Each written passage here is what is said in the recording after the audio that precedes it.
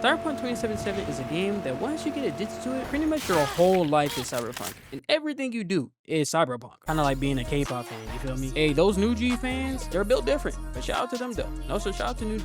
So for those who have been playing Cyberpunk 2077 for years now, going about 5, damn, been that long. I do want to look at how this game manages to keep a high concurrent player count for a single player game. Like I think it's 40K on Steam right now at the time of this recording. So hey, I could be wrong, but that's from this recording. So forget about Marvel rivals. We got Cyberpunk 2077 that is leading my ungodly sleep schedule. Waking up at 6 a.m. and going to bed at 12 a.m. I need to sleep. No one hears the word they say.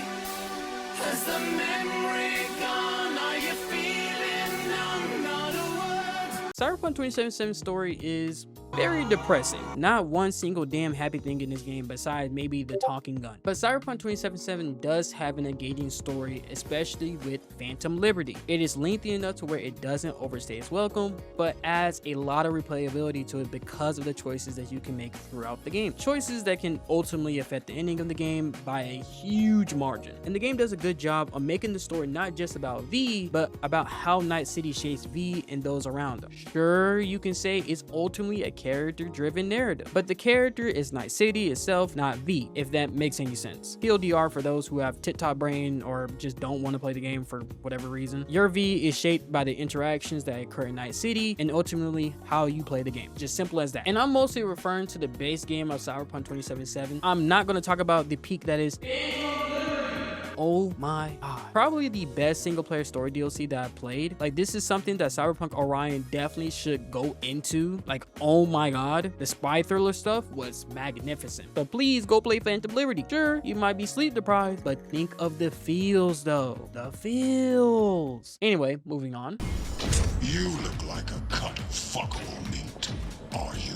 The gameplay of Cyberpunk 2077 is relatively simple at first glance. You can shoot, punch or slice, or stealth kill with various weapons. But the game really starts to open up once you get into the which means you can turn V from just an average Joe to the Incredible Hulk or Dr. Xavier in 3 minutes. Sounds fun, I know. And outside the peak that is the combat, I do really enjoy the attribute system and also the skill tree system. It plays a huge role in how you engage with the story and complete certain missions. Some missions you might need more innovative ways to get through it because certain areas you cannot just sneak through and vice versa. And this also ties into the dialogue system, which is also affected by this too. Certain outcomes can only be achieved if you have certain attribute points you need to put into something, which really hurts sometimes because I'm like, dang, I need to get the good ending here, but I just don't have enough cool points, which all adds into the replayability of the game. Like no joke, there are whole channels dedicated to playing Cyberpunk 2077 really well, kind of making the game sort of your personal playground if you're really engaged with the systems, especially once you get into Phantom Liberty missions, because like I said, oh my god, it is peak. It is a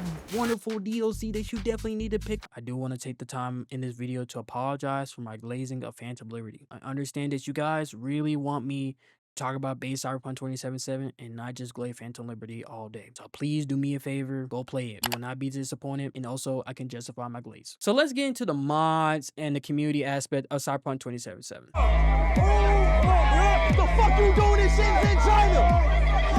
Holy shit! Starting off with the community for Cyberpunk 2077 is definitely special. Like I mentioned earlier, there are whole channels dedicated to just being Cyberpunk 2077 focused. Gameplay only, or story only, or even just challenge runs only. And then if we're talking about the modders, there are also modders just dedicated to modding Cyberpunk 2077. That's all they do. Like they've been doing it for years and continue to update the mod with every single patch and update that changes the game. And sure, these updates can cause issues such as like modders having to contact other modders so they can work with each other to fix the other mods, and it's a whole can of worms, but it's all a community building experience. So hey, seems like a net positive to me. And I'll say that the Cyberpunk 2077 community is probably the most dedicated community when it comes to this game. Like during the 2021 through fall 2022 era of Cyberpunk 2077, people were still playing the game constantly, and this is pre-Cyberpunk Edgerunners. And yes, the game wasn't as updated and polished as it is today, but still it was played by dedicated fans consistently. Countless mods that changes the gameplay, adding new things such as metros, flying cars, cars, or even just tons of cosmetics to keep the game fresh and alive on PC. It was insane. There are whole mods and systems dedicated to just doing that. So yes, the modders slash community is very dedicated. And I'm not going to exclude the console players here because they also did their part by just playing the game and showing pictures and just doing cool stuff with the console version of the game. And yes, they eventually turned into PC players. That just happens with a lot of these single player games, to be honest. But there's still tons of console players playing the game today. And I do feel like the community is probably one of the main reasons why CDPR didn't give up on the game, especially when it got pulled from the PlayStation stores. Like, let that sink in. Getting pulled from the PlayStation stores is like a public